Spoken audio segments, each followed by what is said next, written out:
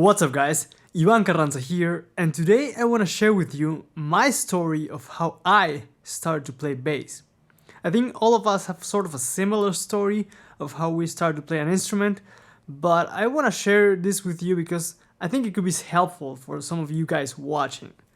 So, to begin, I currently, right now, today, I am in Münster, Germany. I've been living in Germany for the past 6 years. I was born and raised in Peru, South America. And I didn't play any instrument until I was like 14, 13, 14, 15, that age maybe. I grew up, my parents would play like, Beatles or classical music or some South American musicians. So there was music all the time around the house. I remember listening to Toto, listening to Hold the Line when I was a little kid. I didn't know, that Toto was such a cool band, but I remember listening to it, to Africa and whatnot. But I had no experience playing an instrument until later on. When I was 11 or something like that, one of my cousins, he had taken already piano lessons for quite a bit. And then I think he started taking classical guitar lessons or acoustic guitar lessons for a while, and then he wanted to switch to electric. And he did that. And I have to say that my cousin, who's older than me, he's like 3 years older than me, he's gotta be one of the most talented or gifted persons that I know. Now, I believe that talent, is hard work. You gotta train that. And I don't know what exactly he did when he was, starting to play. But I know that he has an ear, he picks up things extremely fast. And also, he definitely practiced, but everything was super easy for him to understand. And, he could pick things up like extremely fast. And, when he started playing guitar, electric guitar, then he joined a tribute band that would play Iron Maiden cover songs. And, I was like I said, 12 maybe at the time. He was like 15. And he and my other cousin, and they were both older than me, they would listen to Deep Purple, AC/DC, Iron Maiden, Black Sabbath, all that kind of stuff, like hard rock, metal. And because they were my older cousins, I wanted to be cool too, so I would listen to that stuff too. And then I remember, because my cousin was playing guitar, I wanted to play something as well. And I wanted to play drums. But, drums are loud, big, and expensive, so that wasn't an option for me or for my family. Then I tried to convince my parents to get me an electric drum kit, but it was still kind of expensive, and it's not the same thing, right? So that was like put on the, on the list. I didn't think about it that much. But then I went to a show of my cousin playing, and it's really funny because the bass player was actually a guitar player who just switched to bass because the band needed a bass player, and he had a bass from that particular day that he was borrowed, and it was like the cheapest bass you can imagine. I think the thing cost like $20 or something. It had been left outside to melt in the sun. Literally, the paint was all worn off, or pretty much everything was gone because of the sun. It was like the electronics were crap. It was a bad bass. For all standards, it was a terrible instrument. But I don't know what kind of magic combination of things happened that night, or the position I was at the venue, but the bass that night was amazing.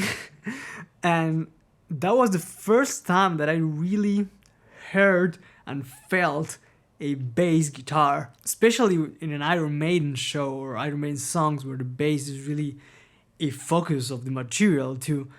And the bass was so clear and so aggressive and so punchy that night that I remember that I was like, I have to play that. I have to play that thing.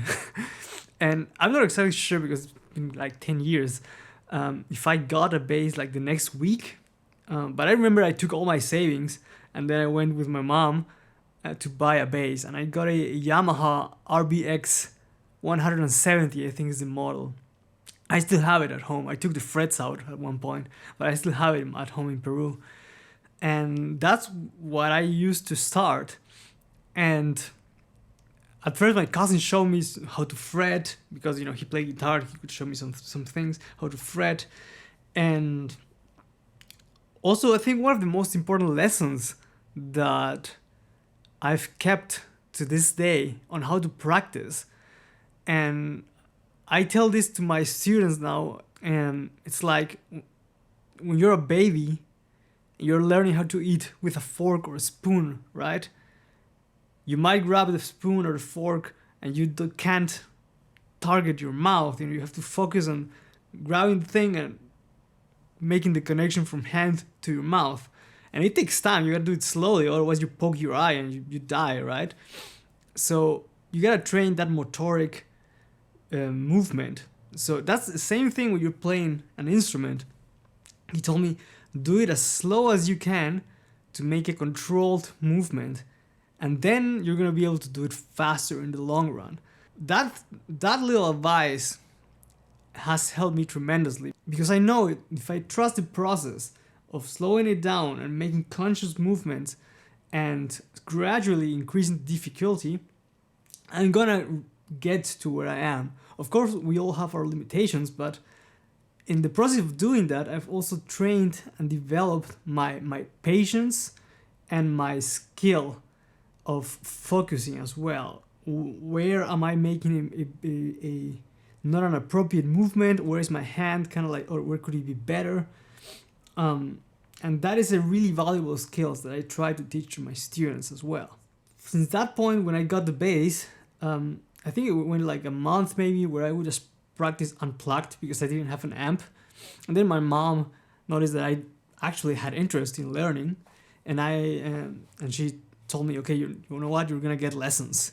So one thing that I do regret, and I have to definitely mention this, is that because I wanted to play, I wanted to play songs, and I wanted to play like with my cousin, for example, and also with friends of mine. I had a friend who played keys and drums, and also another one who was a singer, and we made a band actually. And I was terrible at that time. I mean, I could barely play, because of the desire and need to play songs.